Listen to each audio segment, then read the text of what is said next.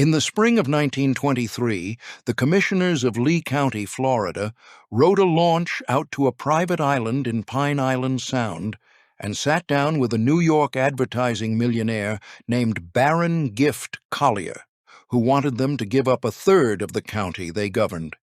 He already held close to 70% of the ground in question, 90% of Marco Island, and a holding that would reach more than 1,300,000 acres, the largest private estate in the history of the state.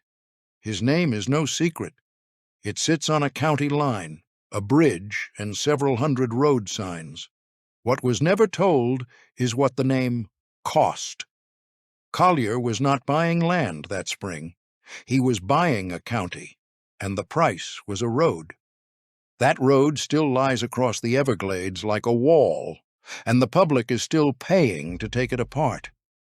The company town he built would end with federal agents arresting nearly 80% of its grown men. In 2002, a president offered this family $120 million of public money for oil beneath a national preserve. And 33-ton trucks have been driven across a national preserve to shake the ground and find out what is still down there. Chapter 1. The country nobody could sell. The land those commissioners were being asked to sign away had already defeated every man who ever tried to turn it into money. It had no harbor worth the name, no road across it, no rail line through it, and no dry ground to speak of. It was the last large piece of the eastern United States that nobody had figured out how to own profitably, and that was precisely why it could be bought cheap, and precisely why Barron Gift Collier had spent 12 years buying it. The country ran from the sand ridge below Fort Myers, south and east, into a swamp the size of a small nation. On its western edge lay the 10,000 islands, a shattered mangrove coast of oyster bars and tidal creeks where the water was neither salt nor fresh, and the shoreline moved with the tide. Inland stood the Big Cypress, a shallow, flooded forest of cypress and pine on a floor of porous limestone. And east of the Big Cypress lay the Everglades themselves, which were not a swamp at all in the ordinary sense, but a river 60 miles wide and a few inches deep, moving south so slowly that the movement could not be seen. That movement was the whole engine. Water fell on the interior of the peninsula and gathered in Lake Okeechobee, and from the lake it spread out across the central Everglades in a broad, shallow sheet and crept south into Florida Bay. Everything in the system was built on the sheet flow. The Big Cypress alone still feeds 40% of the water that reaches Everglades National Park. Beneath the whole of it ran a belt of oil-bearing rock, roughly 20 miles wide, running from Fort Myers to Miami, that no one would drill until the 1940s. Above the rock lay the water, and across the water in 1915, the state of Florida had begun to talk about building a highway from Tampa to Miami. Lee County alone was responsible for some 76 miles of it, straight through the Everglades. The state started the road. Then the money ran out. There are two ways this founding is still taught along that coast. One holds that a private citizen built a road no government was willing to finish and earned the name on the county line. The other holds that a private citizen bought a government. If you grew up in southwest Florida, set down in the comments which version you were given and who gave it to you. The country was also not empty, and it had not been empty for a very long time.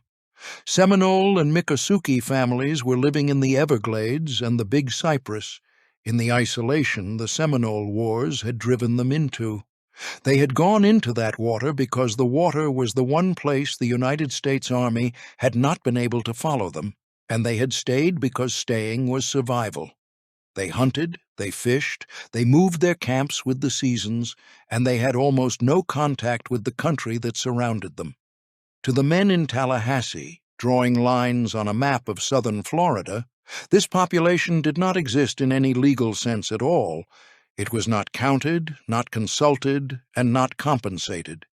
What defeated the speculators was the limestone.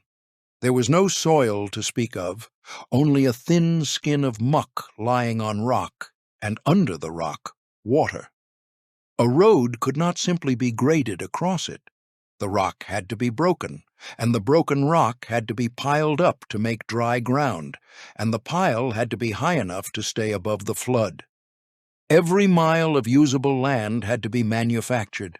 Timber crews had worked the Cypress, plume hunters had worked the rookeries, and a scattering of fishing families had worked the 10,000 islands out of Everglades and Chokoloskee.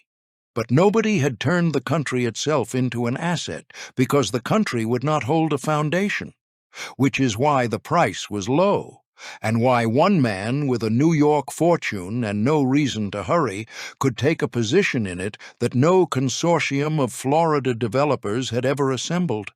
Between 1911 and 1922, Collier bought the islands, the groves, the little railroad, the town, and then simply kept buying. By the time the commissioners of Lee County came out to see him, his holdings covered southern Lee County in every practical sense but one. The one exception was the government, and the government was what he had invited them out to discuss. He knew what the state could not afford. He knew the road would have to be manufactured out of broken rock, mile by mile, and he knew what it would cost, and he was prepared to pay it. He also knew something the commissioners writing back to Fort Myers that evening had not yet worked out, which was that the road was not the thing he wanted. The highway he was offering to build would be finished in 1928, and it would be celebrated for a century as the making of Southwest Florida. A century later, the engineers trying to undo it would describe the same roadbed in plainer terms as a dam to block water flow from Lake Okeechobee to Florida Bay. Chapter 2. The Man Who Sold Empty Walls, Memphis, Tennessee, the 23rd of March, 1873. Barron Gift Collier was born into a South still rebuilding itself, in a river city that ran on cotton, freight, and credit. He left school at 16 and went to work, and the work suited him in a way that formal education apparently had not. Within 4 years, he had founded his own company in New York, the Consolidated Street Railway Advertising Company, and he had done it on an idea that almost nobody else in American business had bothered to look at. The idea was this: every streetcar in every American city carried passengers who had nothing whatever to do for the length of their ride. They sat facing a wall. The wall was blank. It belonged to the traction company, which had never thought of it as anything but structure, and which would happily sell the right to put paper on it to any man who asked. So Collier asked. He went to the traction companies and bought the exclusive franchise to place advertising cards inside their cars, and then he went to the manufacturers and the department stores and sold them the space. He was not manufacturing anything, and he was not moving anything. He was standing between two parties who had never noticed each other, collecting from both, on a surface that had cost him nothing to create, because it already existed. He did it in city after city, and the franchises accumulated across the United States, and by the time he was in his 30s, he was a rich man in New York. That method never changed. Every later chapter of his life is a variation on it. Collier's genius lay in locating a thing somebody already owned without valuing it, buying the rights to it cheaply, and then discovering that the rights were worth a great deal more than the thing itself. He built nothing, and he invented nothing.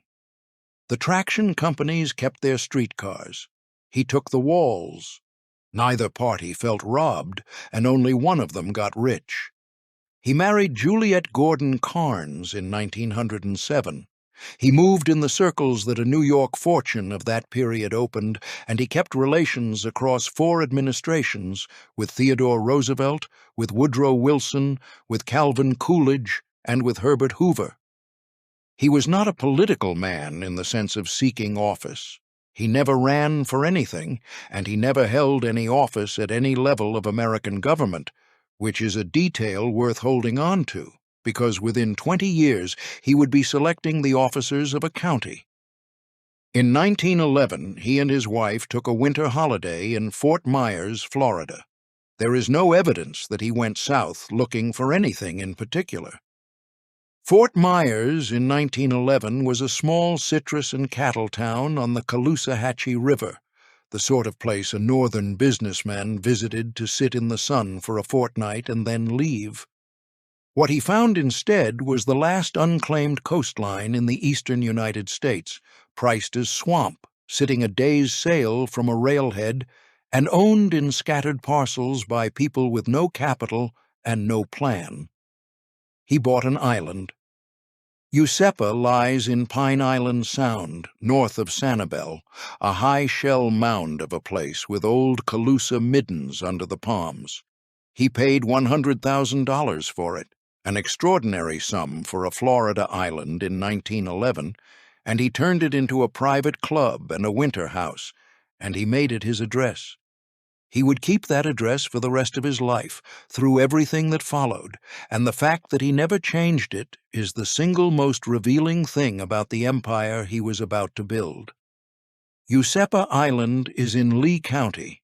The man who was about to persuade the state of Florida to carve a county out of the map and name it after him would never, at any point, live inside it. Chapter 3. The Quiet Taking of a Coast. The island was a base. From Useppa, in the years after 1911, Collier began doing to southwest Florida what he had already done to the streetcar companies of the northern cities. He looked for things that people owned without knowing what they were worth, and he bought them one at a time, quietly, with New York money, from sellers who had no way of knowing what the next purchase would be. Almost nobody was watching. Florida in those years was a state of 2 coasts and an interior, and the capital, the newspapers, and the attention all belonged to the east. The southwest was the other side of the peninsula. It had a cattle town at Fort Myers, a fishing settlement at Naples, a scattering of families in the 10,000 Islands, and a great deal of water. A man could assemble a province there without appearing in a single national newspaper, and that is precisely what happened. Early on, he bought Deep Lake Grove, a citrus operation in the interior, and with it the narrow-gauge railroad that ran the fruit out to the coast. It was his first piece of transport infrastructure in Florida, and it taught him the arithmetic of the place. Land without a way out of it was worth almost nothing. Land with a way out of it was worth a great deal, and the difference between the two was a line on a map that somebody had to be willing to pay for. In November of 1921, he bought the holdings of the Storter family at Everglades, a trading post at the edge of the 10,000 Islands, with a store, a dock, and the settlement around it. He converted the Storter's house into a lodge, the Rod and Gun Club, and began entertaining there. The following year, 1922, he bought the Caxambas property of Mrs. Tommy Barfield on Marco Island. In time, he would own 90% of Marco. And he kept buying. Timber tracts, cypress stands, mangrove coast, interior prairie that flooded every summer. Parcels nobody had walked in years, sold by owners who were relieved to be rid of the taxes. He did not clear it, drain it, or improve it. He simply took title and moved on to the next parcel, and the parcels ran together, and the map of southern Lee County began to fill with a single name. By the opening of 1923, 12 years after a winter holiday in Fort Myers, Barron Gift Collier held something in the neighborhood of 900,000 acres.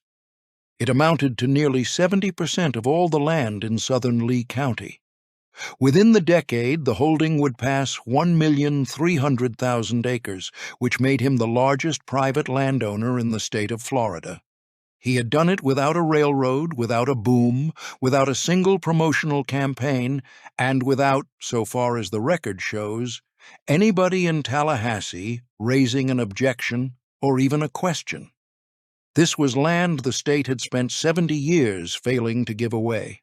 A man who wanted it and would pay cash for it was, to every county clerk and tax collector between Fort Myers and the Everglades, an unambiguously good thing. But an empire of that shape has a defect built into it, and Collier had understood the defect from the beginning. 900,000 acres of southwest Florida were worth almost exactly what they had been worth in 1911, which was nothing very much, because there was still no way to get to them. Deep Lake had taught him the arithmetic. The line on the map had to exist, and somebody had to be willing to pay for it. The state of Florida had wanted that line since 1915. It had been talking for 8 years about a highway from Tampa to Miami that would cross the Everglades, and it had put men and machinery into the ground, and then it had discovered what the limestone cost. The work had slowed to almost nothing. Lee County was responsible for some 76 miles of the crossing, and Lee County could not pay for it. The road had stopped. Collier could finish it. He had the money, he had the organization, and by 1923 he owned most of the ground it would have to cross. What he wanted in exchange was something no contract or franchise or right-of-way could deliver. He had spent 30 years buying things that people did not realize they were selling, and he had one more purchase in mind. Chapter 4. The officers he meant to choose. The meeting on Useppa Island was, on its face, a discussion about a road. Collier had invited the county commissioners of Lee County out to the island in the early part of 1923. They came by launch across Pine Island Sound to a clubhouse under the palms on a shell mound, and they were received as guests, and the subject was the Tamiami Trail. The commissioners had a problem, and their host had a solution. Lee County owed the state of Florida some 76 miles of highway across the Everglades that Lee County had no possible way of paying for. Collier was prepared to finish it. He was not prepared to do it as a contractor, and he was not asking for a fee. What Collier proposed was that the southern portion of Lee County be detached from Lee County altogether and organized as a separate county of the state of Florida, and that the new county be named after him. Inside that new county, he would build the road. The commissioners were being asked to vote themselves out of roughly 2/3 of the territory they governed, and to hand it to a private citizen of New York who did not live in it in exchange for a highway. According to the recollection of the commission's chairman, a man named John E. Morris, there was one further condition, and Collier stated it plainly in that room. Morris's account of it has been repeated for a century in almost the same words. Mr. Collier replied to me that if he could not get the county officers he wanted, he would not want the county created. The sheriff, the clerk, the tax collector, the judge, the commissioners of the new county. Collier already had the land. What he was proposing to buy was the apparatus that would govern it, and he said so at the table to elected officials before a single vote had been taken. The numbers behind that sentence are what made it possible to say out loud. By the opening of 1923, Collier held roughly 900,000 acres in southern Lee County, close to 70% of all the land in it. He owned 90% of Marco Island. He owned the trading post at Everglades, the citrus grove at Deep Lake, and the railroad that served it. Within the decade, his holding would exceed 1,300,000 acres, the largest in private hands in the state. The territory he was asking the legislature to convert into a county was, in every respect except the legal one, already his property. Almost 1 million acres would move from one column of the map to another, and the people living on it would wake up as citizens of a jurisdiction named for their landlord. The bill went to Tallahassee, A state representative named R.A. Henderson carried it and argued for it, and on the 8th of May, 1923, Governor Kerry A. Hardee signed it into law. Collier County came into existence with its boundary drawn, its name fixed, and its largest landowner living in another county. Not everyone in Fort Myers went quietly. The commissioners who had been asked to give the land away understood exactly what was being created, and they said so in the language of the period, warning that the residents of the new county would be delivered over to the autocratic whims and fancies of one man. It is a striking phrase for a county commission to put into writing about a private individual, and it did not slow the bill down by a single day. The men who used it were describing an arrangement they had already agreed to.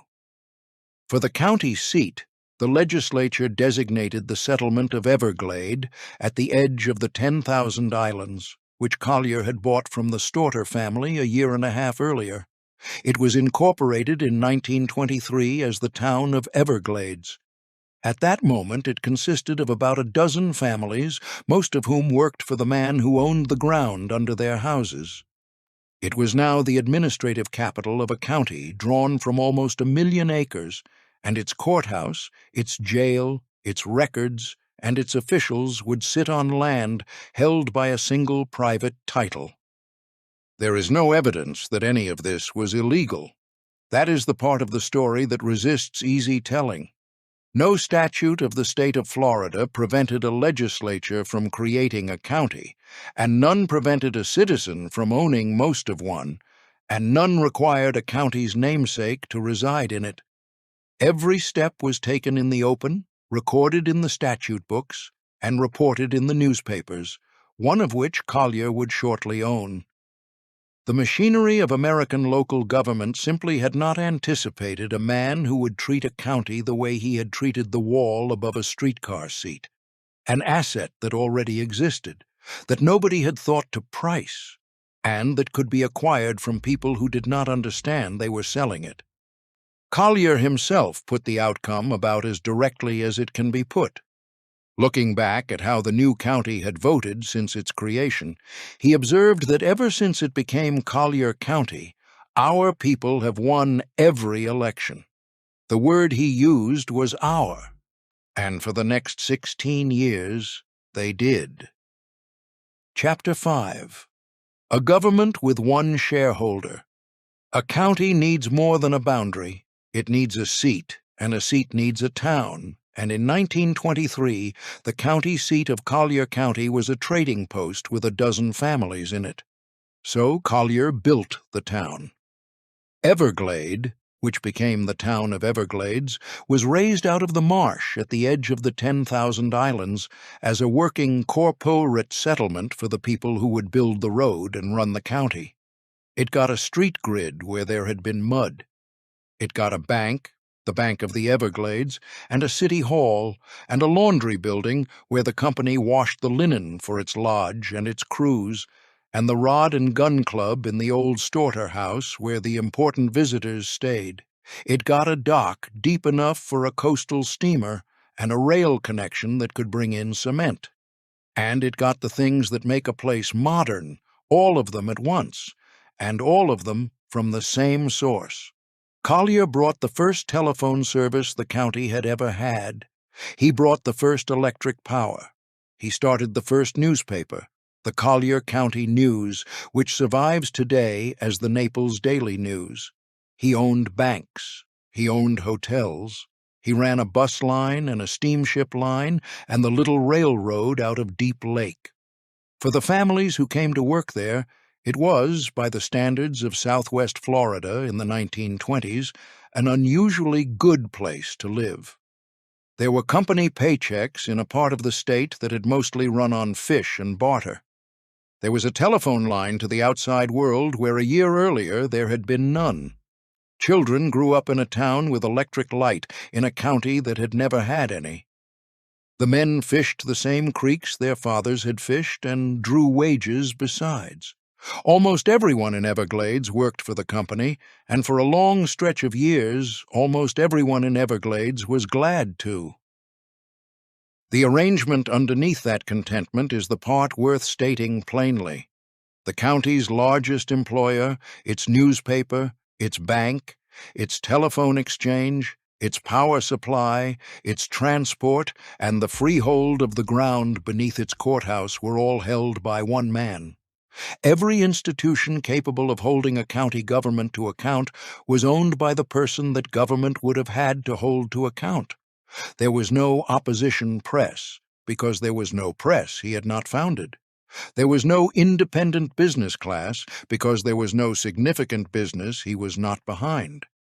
The elections were real, in the sense that ballots were cast and counted, and there is no evidence in the record that any of them were tampered with. There did not need to be. And the man at the center of it never moved in. Through all 16 years of it, through the building of the town and the road and the county, Barron Gift Collier remained, in law, a resident of Useppa Island, which lies in Lee County. He governed by proxy from an address outside his own jurisdiction, paid his personal taxes to the county he had carved his own out of, and never once submitted himself to the voters of Collier County or to any of the officers he had chosen for them. The record preserves one clear public challenge to all of this, and it came in the summer of 1925. On Marco Island, a group of residents, led by a man named W.G. Williams, disputed Collier's title to land they said was theirs. It was a small quarrel by the standards of the empire, a few families against 900,000 acres, but it reached the newspapers, and for a moment the country got a look at how the arrangement worked from underneath. Collier's public response to the whole dispute was 2 words: pure bunk. There was a second challenge that same period, from outside the county. The tax collector of Dade County, a man named J.F. Jordan, circulated a pamphlet with the title, "The Truth About Collier County," which argued that Collier had not in fact built what he claimed to have built. The pamphlet went nowhere. Neither challenge changed anything. Williams kept his quarrel, and Jordan kept his pamphlet, and the county went on holding elections that Collier's people won. By then, the thing he had actually bought the county for was already underway, out in the water east of town, where crews were breaking the limestone floor of the Everglades a few feet at a time. Chapter 6. The Swamp Fought Back.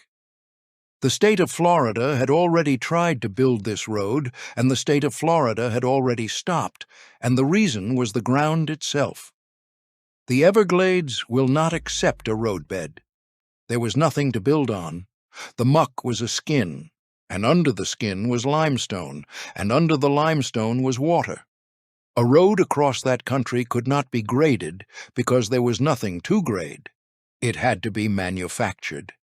The rock had to be shattered, dug out, and piled into a continuous ridge high enough to stay dry in the wet season, and every foot of that ridge had to be made out of the ground immediately beside it, because there was no way to haul fill in from anywhere else.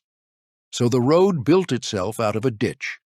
A canal was cut alongside the route, and the broken rock lifted out of the canal became the highway, and the canal stayed there afterwards, running beside the road for its whole length, which is a detail with consequences that would not be understood for 50 years. Collier assembled what one account of the work calls an army of engineers and road builders and based it at Everglades. He put his own money and his own organization behind the crossing, and the work started up again in the country the state had abandoned. It consumed 2.6 million sticks of dynamite. The figure is not a flourish. Crews drilled the limestone by hand, charged the holes, and blew the rock apart section by section, and the explosives came out to the face on ox-drawn carts, because nothing with wheels and an engine could reliably cross the ground. The men worked standing in water, often to the waist, in subtropical heat, among mosquitoes thick enough to be a hazard in themselves, among cottonmouths and rattlesnakes and alligators, in a country where malaria had not been eradicated and where a fever in a camp 40 miles from anywhere was a serious matter. The dredge crews did not go home at the end of a shift because there was nowhere to go home to. They lived on floating barges and in trailers dragged through the Everglades behind tractors, and they moved with the work. And then there was the machine. The Bay City walking dredge number 489 was shipped from Michigan to contractors at Fort Myers in May of 1924.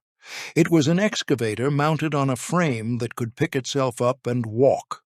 The mechanism had been patented in 1918 by an inventor named Vincent G. Anderson of Thief River Falls, Minnesota, and it worked by shifting the weight of the frame from one set of runners to another and easing the whole machine forward with its own hoists and the swing of its bucket. It moved 5 to 8 feet at a time, and each step took about 30 seconds. It could turn. It could back up. It could cross rough, swampy, slippery ground and work among close-cut stumps where no ordinary excavator could operate at all. The entire thing ran on a 50-horsepower engine and required exactly 2 men, an operator and a helper. That machine dug 10 miles of the trail between Blackwater River and Belle Meade Crossing in 1927 and 1928, hauling the canal open and stacking the rock beside it. Around 145 walking machines of that kind were built. Number 489 is the last one left. It stands today in Collier Seminole State Park, a few miles from the road it made. The work went on for 13 years in total, counting the state's failed start. The record kept of the machinery that crossed the Everglades is a great deal more complete than the record kept of the men who walked beside it. What none of them were watching, because there was no reason yet to watch it, was the water.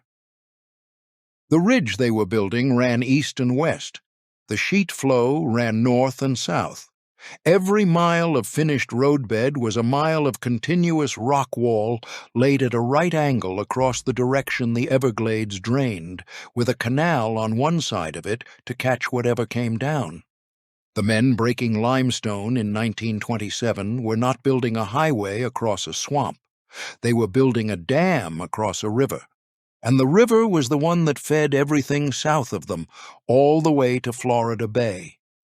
It would take 2 generations for anyone to say that out loud, and by then the fix would cost more than the road. Chapter 7. The road came through their country. The engineers described the crossing as a route through empty country. It was inhabited, and the people who lived there had chosen that ground precisely because no road ran through it. Seminole and Miccosukee families had been living in the Everglades and the Big Cypress since the Seminole Wars drove their ancestors into the interior in the middle of the previous century. They had gone deep into the water because the water was where the United States Army could not follow. That was the arrangement, and it had held for something close to 80 years. A hard, isolated, self-sufficient life, hunting and fishing and moving camp with the seasons, in exchange for being left alone. Isolation was their defense. The road ended it. The work between 1915 and 1928 is counted among the changes that closed off the old life for the Miccosukee. Subsistence in the Everglades and the Big Cypress, on the terms it had been practiced, became impossible. The country was cut through, the water was cut across, and a highway carrying automobiles from Tampa to Miami now ran along the northern edge of the world these families had built. They were also there while it was being built. When the Trailblazers expedition set out in 1923 to prove that the crossing could be made, with 9 vehicles, 1 tractor, 25 men, and 4 women, it did not find its own way. 2 Seminole men, Conopachi, known as Little Billy, and Assamhatchee, known as Abraham Lincoln Clay, went with the party as guides, hunters, and food gatherers, and they are why it came out the other side. The expedition built 10 bridges on its way across. The names of the men who knew where to put them were recorded, which is more than can be said for most of the labor on that road, and they have been remembered chiefly as a footnote to a motoring adventure. What happened after the highway opened was an adaptation, and it happened fast. Families moved their camps out of the deep country and onto the only high, dry ground available, which was the spoil bank of the new road. The rock that had been blasted out of the Everglades to carry automobiles now carried dwellings within a few yards of the traffic. And because the traffic was there, the traffic became the economy. Tourists driving between the two coasts stopped at the camps. The Seminole tribe's own newspaper records that the economy of those years exploded with sales of clothing, dolls, and other arts and crafts, along with alligator and wildlife shows staged for the people in the cars. 24 or so villages still stand along that highway today. It is possible to tell this as a story of opportunity, and it has often been told that way in tourist brochures and county histories. Money did come in. Crafts that had been made for use were made for sale, and they sold. A people who had been outside the American economy entirely were inside it within a decade. It is more accurate to say that the terms changed without anyone being consulted. Nobody asked the families in the Big Cypress whether they wanted a highway through it. Nobody offered them any part of what the highway was worth. They were not compensated because they were not, in the legal understanding of the state of Florida in 1923, parties to anything. The land had been granted, sold, taxed, and eventually made into a county without their names appearing anywhere in the paperwork. And when the country they had lived in stopped being able to feed them, the alternative on offer was to sit beside the road that had done it and sell dolls to the men who had built it. The road ended the conditions they had been surviving under, and then it sold them a new set. West of all this, in the town Collier had built, the company was preparing a celebration. Chapter 8. 500 Cars and One Name. On the morning of the 25th of April, 1928, a convoy of more than 500 automobiles left Tampa and drove south. It was a procession. The cars went in column, with bunting and horns and photographers, through the towns along the coast and then east into the country that had swallowed 13 years and refused to become a road. They reached Miami late the following day. The Tamiami Trail was open. For the first time in the history of the peninsula, it was possible to drive from the Gulf Coast to the Atlantic coast, across the southern Everglades, and the drive took an afternoon. The cost of the crossing was about $8 million, roughly $25,000 for every mile of it, and 13 years of work. The speeches at the opening were about connection, commerce, and the future of the state, and they were not wrong. The road did what a road does. Land that had been unreachable in the morning was reachable in the afternoon, and the value of it moved accordingly. Naples, Everglades, Marco, the interior groves, the whole southwest coast, all of it now sat on a through route rather than at the end of a boat ride. Every one of those places had a majority owner, and he had just financed the thing that made them worth something. The name went up on the map at the same time. The road ran through Collier County, past Collier land, into a county seat Collier had built, and the papers reporting the achievement included one he owned. The case in his favor is real and deserves stating at full strength. The state of Florida had wanted this road since 1915 and could not finish it. Lee County could not pay for its share. The engineering was genuinely brutal, and it was solved. Barron Gift Collier put his own capital and his own organization into a public work that the public sector had abandoned, and the public work got built and Southwest Florida has run on it ever since. Nobody made him do it. On the plainest reading of the record, without him the crossing would have waited years and possibly decades. There are two ways to weigh that. One holds that a man who finishes what the state cannot finish has earned whatever he negotiated for it, and that a county line is a cheap price for a highway. The other holds that public infrastructure paid for privately is a purchase, and that what was purchased here was jurisdiction. Both readings have been argued in Florida for 100 years. Put yours in the comments and say which part of the bargain you would have voted for. What the speeches did not mention was the arithmetic underneath the celebration. Collier had converted an enormous liquid New York fortune into two things that could not be converted back quickly: raw Florida land and a highway he had given away. The land was worth more now, considerably more, but only on paper and only to buyers. The road was gone from his balance sheet the moment it opened because it belonged to the state of Florida. The county was his in every practical sense, and a county produces no revenue for the man who arranged it. Everything he now owned was an asset that required a market.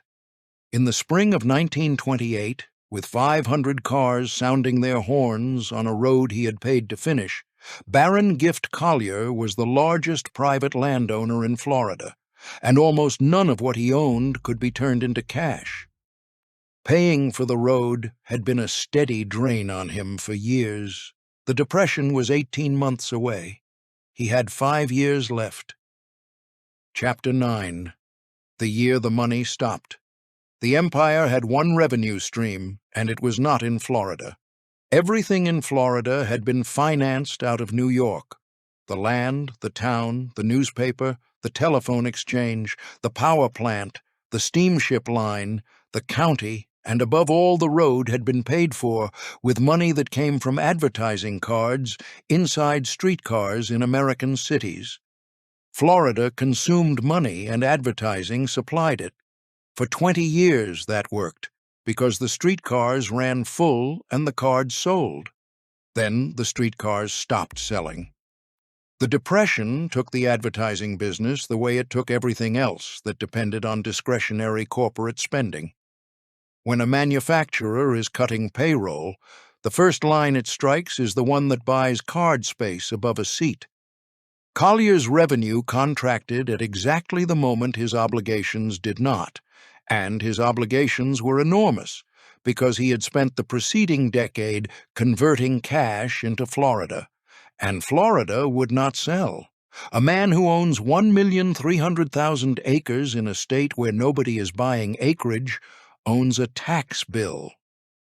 The road he had financed had raised the value of every parcel he held, and the value was entirely theoretical, because the buyers who were supposed to arrive on the new highway were not arriving. Meanwhile, the interest ran, and the taxes came due every year on all of it, and the town he had built still had a payroll. In 1933, Barron Gift Collier went into the federal courts as a debtor. He filed for relief under the federal bankruptcy law, seeking an extension on what he owed. He was not alone in this. The statute had been reshaped in those years precisely because the country was full of men in his position, holding real assets against debts that could not be serviced in a market with no buyers. 2 of his corporations went into general bankruptcy outright. But the man himself did not lose the land.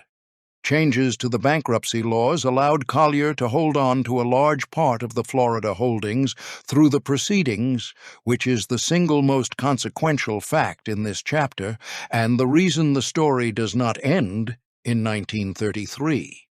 The road had drained him.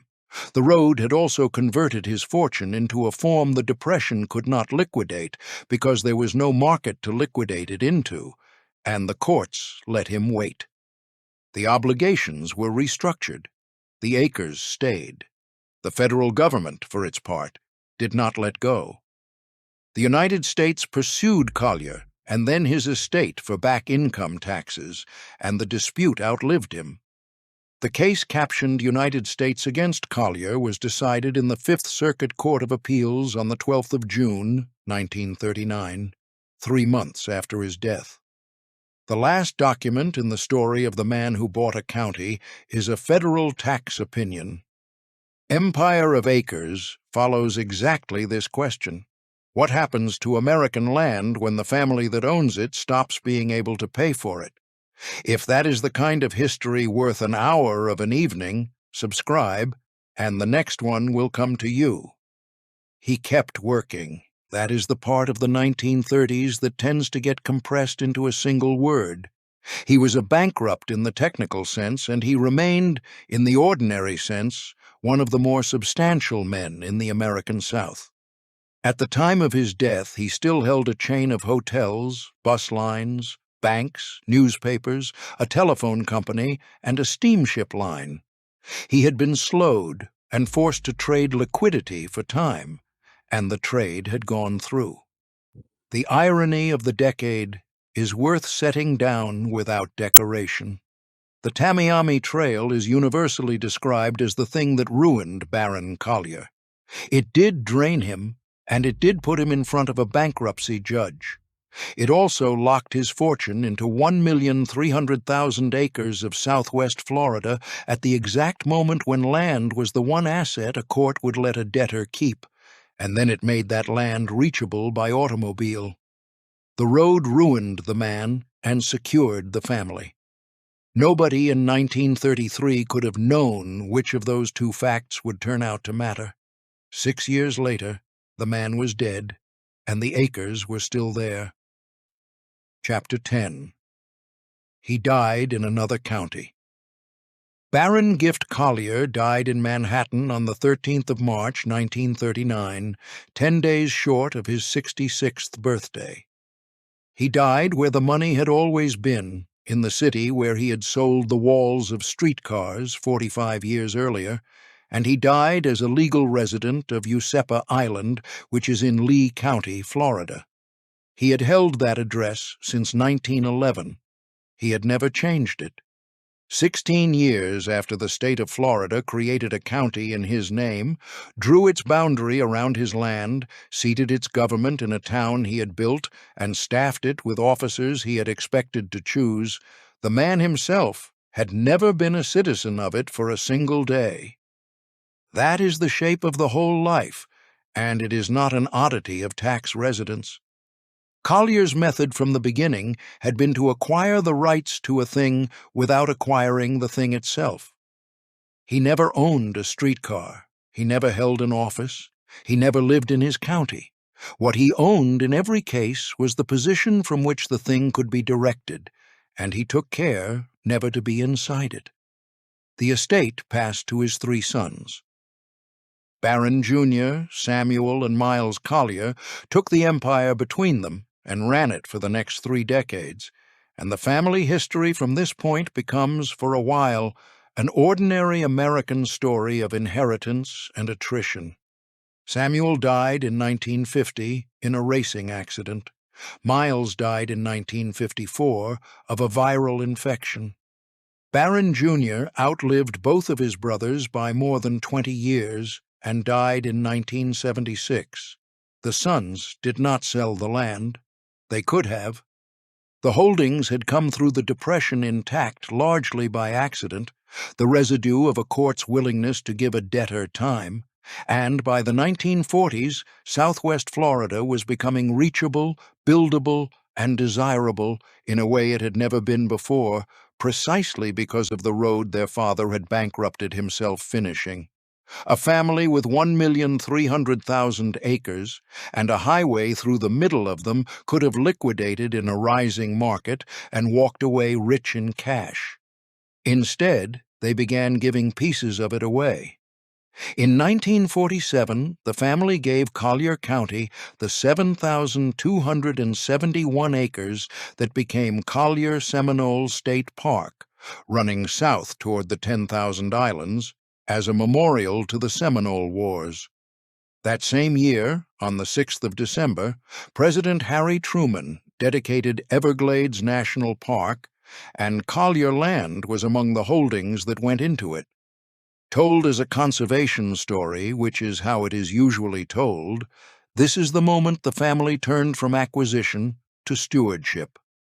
Told as a property story, it is something more interesting.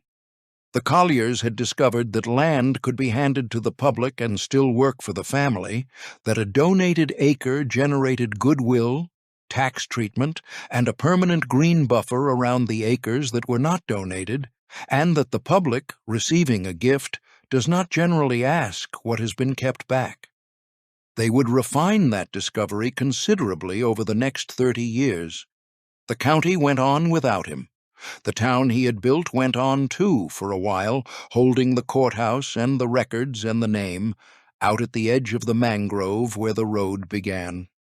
It had about 23 years left as the capital of anything, and the thing that ended it came in off the Gulf. Chapter 11. The storm took the county seat. The town never got big. That is the first thing to understand about Everglades City, and it is the thing that makes everything that happened to it afterwards make sense. When the county was created, it held about a dozen families. In the census of 1930, it counted 172 people.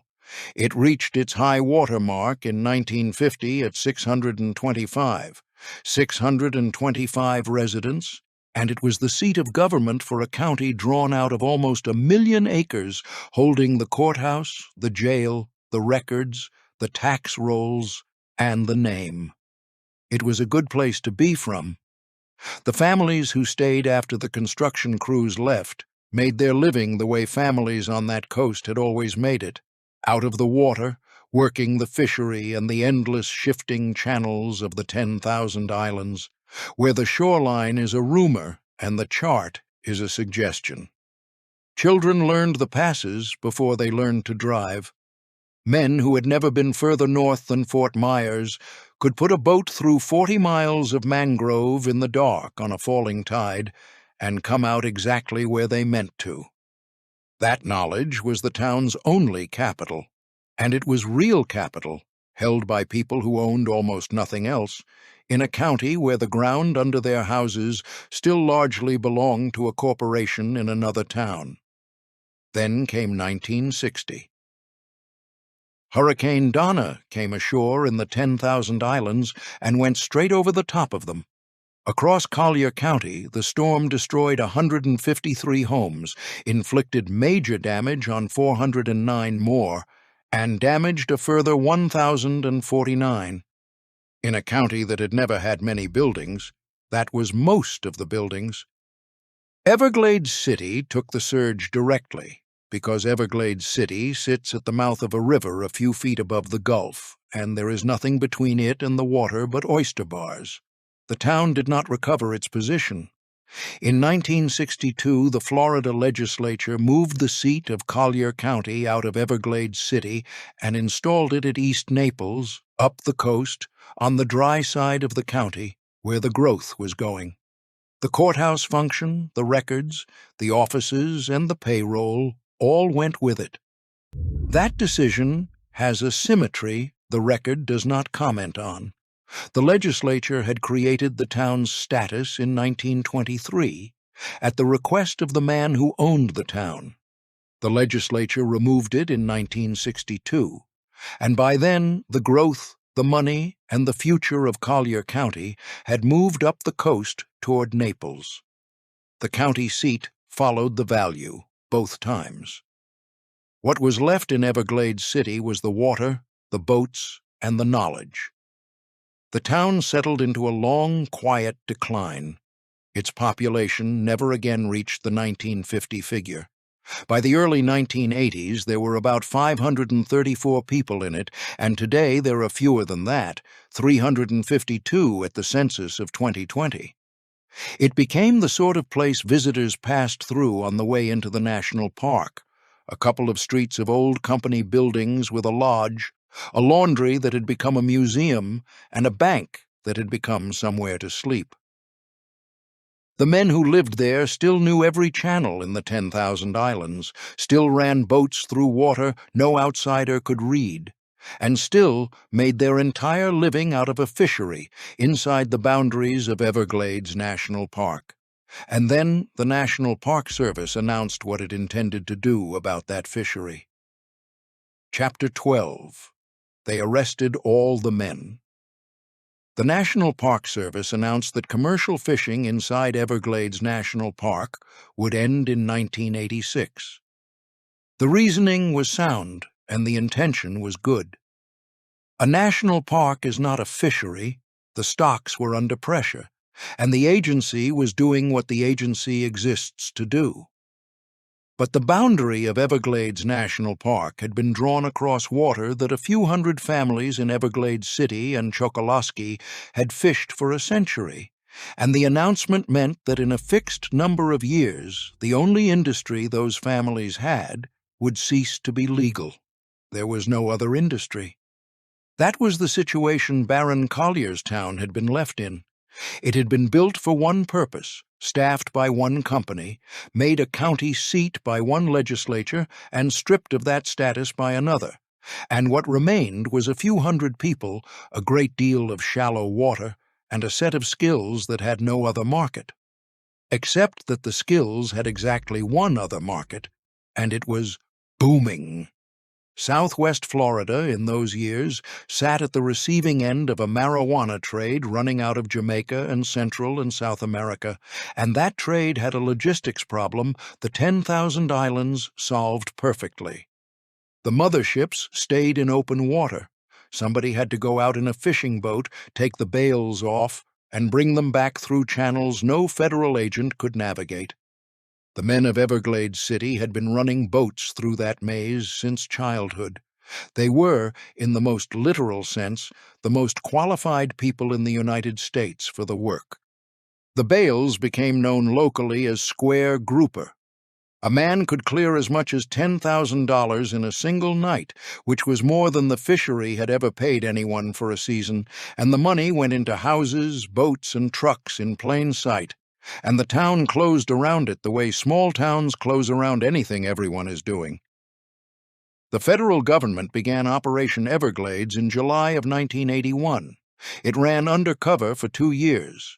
By April of 1983, a Collier County deputy estimated that as many as 225 of the 534 people living in Everglades City were suspected of involvement.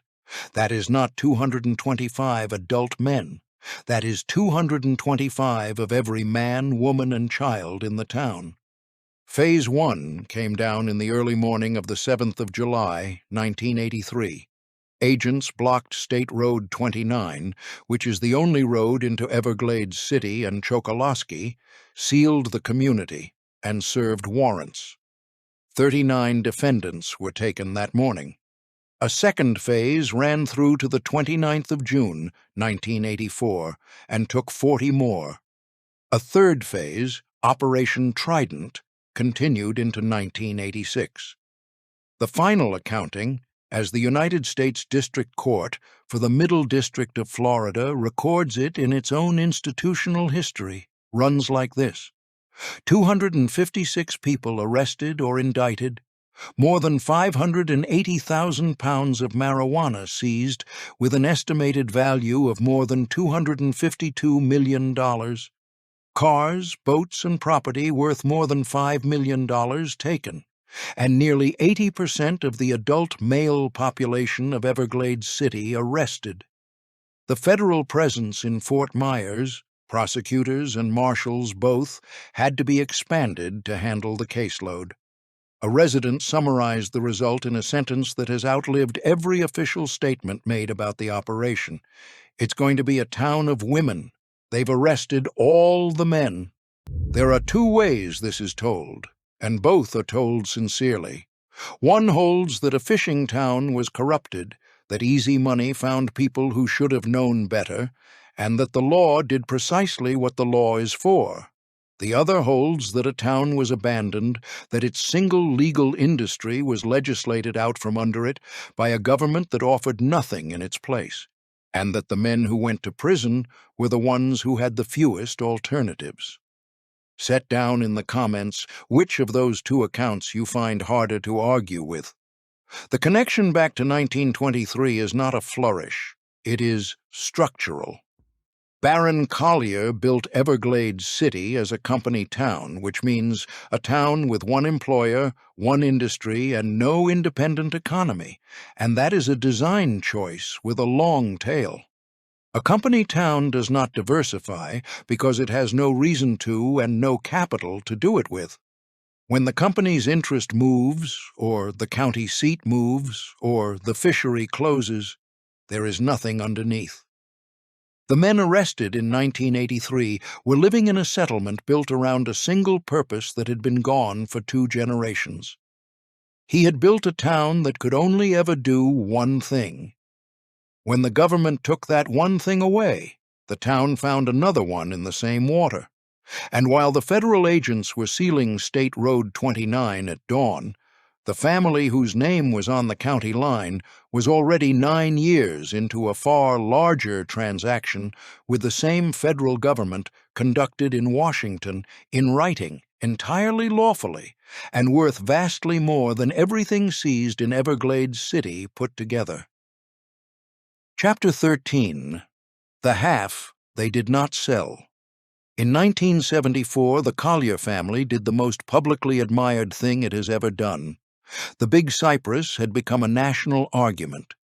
It was the swamp the Tamiami Trail ran through, and it was the water supply of Everglades National Park, then and now supplying 40% of the water that reaches it. Conservationists wanted it protected. The federal government wanted it protected, and the ground was largely in the hands of one family in Naples. The Colliers agreed to convey it. The state of Florida put in $40 million toward the acquisition, and on the 11th of October, 1974, Big Cypress National Preserve came into existence. It is one of the reasons the Everglades still has water in it. That is the story as it is told, and every word of it is true. The part almost never told with it is the rest of the transaction. The Colliers conveyed the surface and kept what was underneath. When the deal closed, the family retained the mineral rights beneath the land it had handed over. The National Park Service took title to the ground, the trees, the water, the panthers, and the public's right to walk on it. The oil and gas below that ground stayed in private hands, and it stayed in the same private hands it had been in that morning. This arrangement has a name in property law. It is called a split estate, and it is perfectly legal, and it has been used in the American West for well over a century. What it means is that 2 different owners hold 2 different halves of the same piece of the earth. The surface owner may not stop the mineral owner from getting at the minerals because the mineral owner's rights are the senior estate. The party underneath, in the end, has the stronger hand. The United States had bought the floor, and everything underneath it stayed with the family.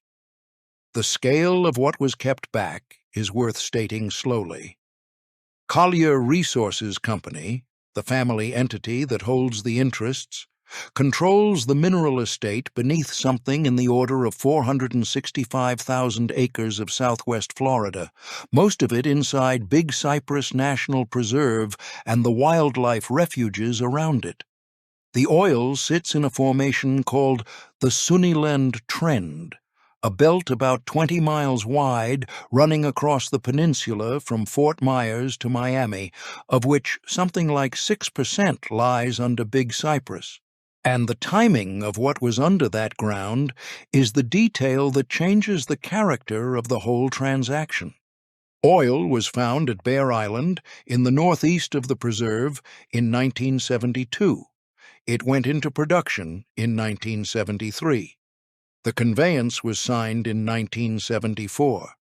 Raccoon Point in the center was found in 1978, went into production in 1981, and was expanded in 1992. In 2020, the 2 fields together were producing 585 barrels a day, about 1/7 of all the oil produced in the state of Florida. Exxon drilled 2 dry holes northwest of them and withdrew in 1993, judging the production too poor to pursue. When the family handed the surface to the United States, the first well inside that ground had already been pumping for a year. And because the mineral estate is private, neither the federal government nor the American taxpayer receives a royalty on a single barrel of oil produced inside Big Cypress National Preserve. The public paid for the surface. The public maintains the surface. The public visits the surface. The revenue from what is drilled out from under it goes to a family in Naples. None of this was hidden. It was in the transaction documents. It was known to the negotiators, and it has been reported repeatedly in the decades since. It was simply not the part of the story that got into the press release. And it is not the part that gets into the county histories, and it is certainly not the part that appears on the sign at the preserve entrance. Which brings the argument of this film back to a room on Useppa Island in 1923. Barron Gift Collier's method was never to buy the obvious thing. It was to identify the part of a transaction that the other side had not thought to price, and take that part and leave the rest. He did it to the traction companies, who kept their streetcars and lost the walls.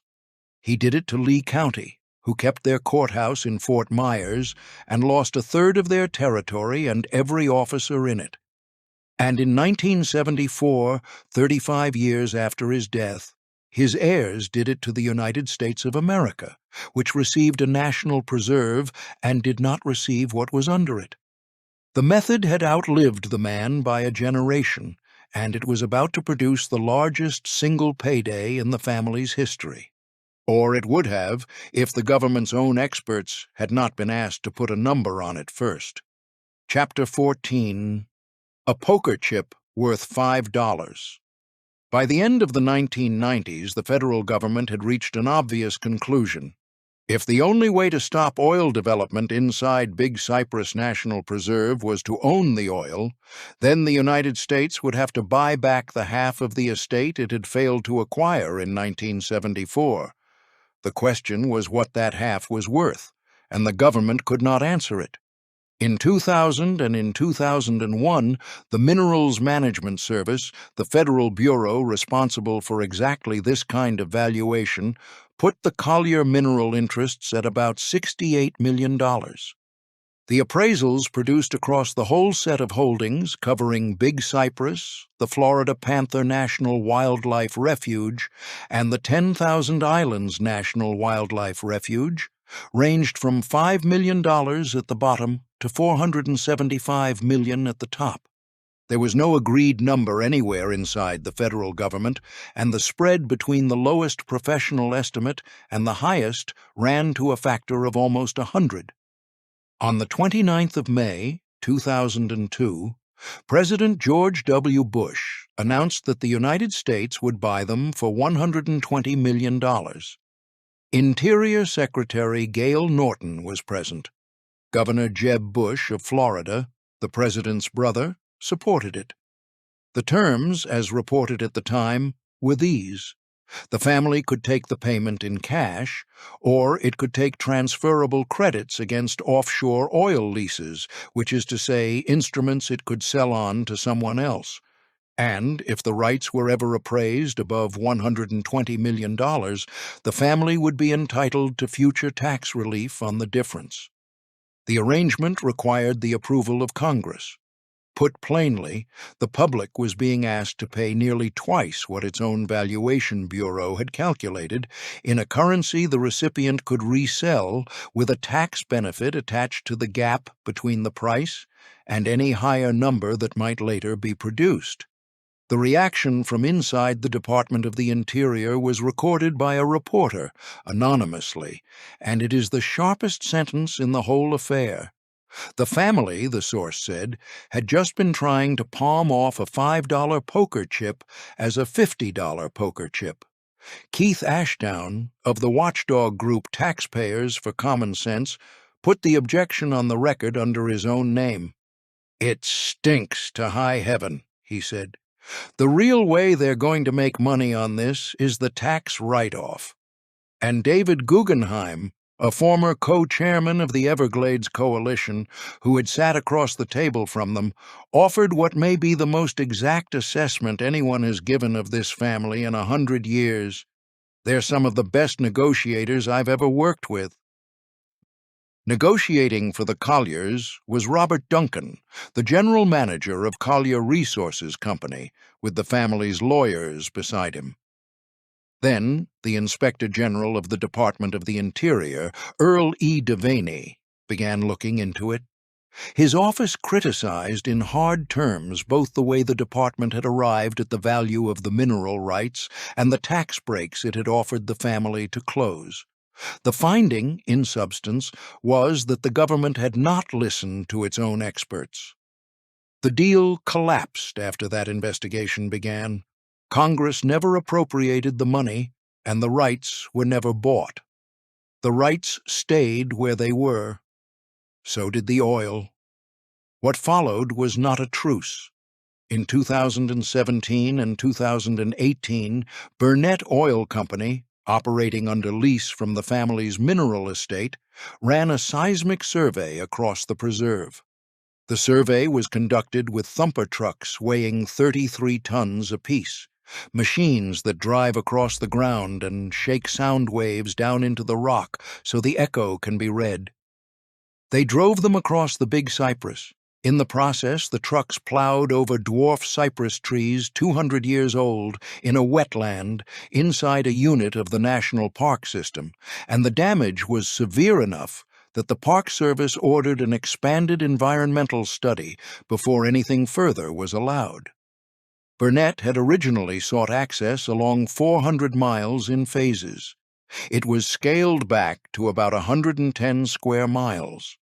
The company has since pursued expansion at Raccoon Point, including a 5-acre drilling pad less than half a mile from the Florida Trail, one of only 11 national scenic trails in the United States. The mineral interests in contention across Big Cypress and the neighboring Florida Panther National Wildlife Refuge run to nearly 320,000 acres. Set the two transactions side by side, and the shape of them is identical. In 1923, a private citizen gave the state of Florida a highway it could not afford and took in exchange a county, its boundary, its seat, and its officers. And everybody at the table agreed it was a fair trade because the road was real and the road was needed. In 1974, his heirs gave the United States a national preserve it badly wanted and kept the mineral estate underneath it.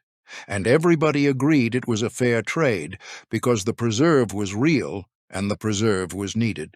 Both times, the thing handed over was visible, expensive, and universally praised, while the thing retained was invisible, cost nothing to keep, and turned out to be the asset.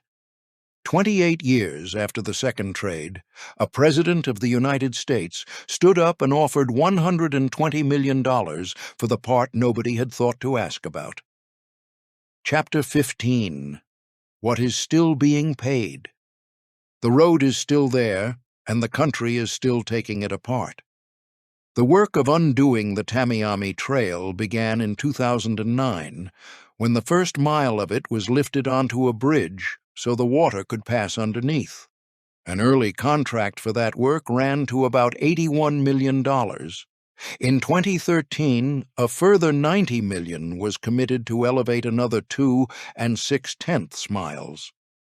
In 2019, the Federal Highway Administration put up $60 million, matched by $43.5 million from the state of Florida, $103.5 million between them, to raise and rebuild 6.5 miles of the eastern roadbed. Every one of those dollars is public. Not one of them is being spent to build anything.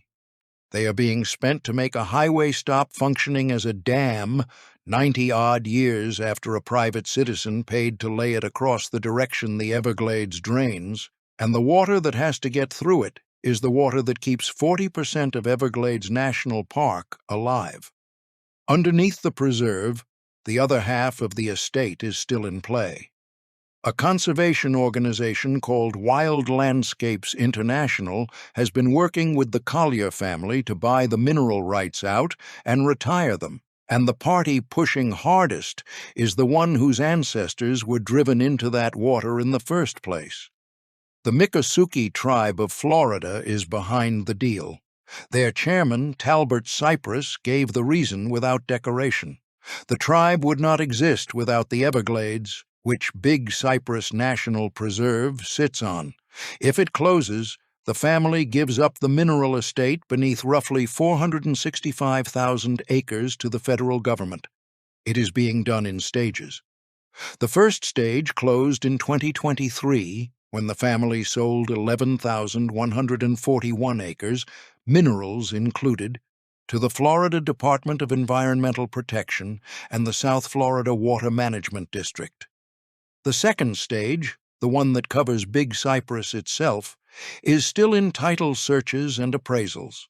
The family is obliged to sell only if the appraisal comes in at or above a floor value it's set, and if the number falls short, the family can walk away. After that, Congress has to appropriate the money out of the $900 million a year of offshore oil and gas revenue it made permanent in 2020. The director of Wild Landscapes, David Houghton, has put the position about as plainly as it can be put. We think we have got a deal here. We do not know that. The existing wells are not covered by any of it. The family, meanwhile, is still in Collier County and still building. In 1976, after the founder's sons had run the business for 3 decades, his grandchildren split the company in two and divided the assets between the halves at random to keep an inheritance war from starting. The 2 halves are Collier Enterprises and Barron Collier Companies, and they are still the largest landowners in the county. Forbes valued the family fortune at $2.3 billion across roughly 30 heirs in 2015. Between them, the 2 companies hold 85% of the 185,000 acres of the county's rural lands stewardship area, the ground where its future growth will happen. Collier Enterprises states that the family has donated or conveyed more than 260,000 acres over the years, 25 times the size of the city of Naples, and that the conservation land those gifts created now makes up more than 75% of Collier County. 75% of a county held for the public, given by a family that still owns most of the rest, and they still build towns. In 2005, Barron Collier Companies partnered with the founder of Domino's Pizza, Thomas Monahan, who put in a reported $250 million to raise a 4,000-acre university town called Ave Maria on Collier land, planned to reach 11,000 homes. Collier Enterprises has been pursuing a second one, merging 3 approved villages into a proposed town of Big Cypress, more than 10,000 homes on about 4,000 acres. 100 years after the town of Everglades, the family is still doing the thing it has always done, which is to lay out a settlement on ground it owns and invite people to come and live on it. The names on that ground have not been kept well. The men who broke the limestone and the men who ran the dredges were recorded as crews, not as people. The families who fished the 10,000 islands for a century and then lost the fishery and then lost 80% of their men in a single federal operation appear in the archive mostly as defendants. The Seminole and Miccosukee who guided the first crossing are a footnote to a motoring expedition. If your family worked that road, or fished out of Everglades City or Chokoloskee, or lived along the trail before it was a highway, put their names in the comments and say what they did. This channel exists to keep exactly those names, and if that is the work you want more of, subscribe, and it will keep coming. Barron Gift Collier died a bankrupt and a legal resident of somewhere else, and it did not matter, because he had never been in the business of owning the visible thing. He gave the state of Florida a road and kept a county. His heirs gave the United States a preserve and kept what was under it. Both gifts were real, both were praised, and both are still being paid for by people who never sat at the table. The half nobody thinks to ask for is the only half this family has never sold.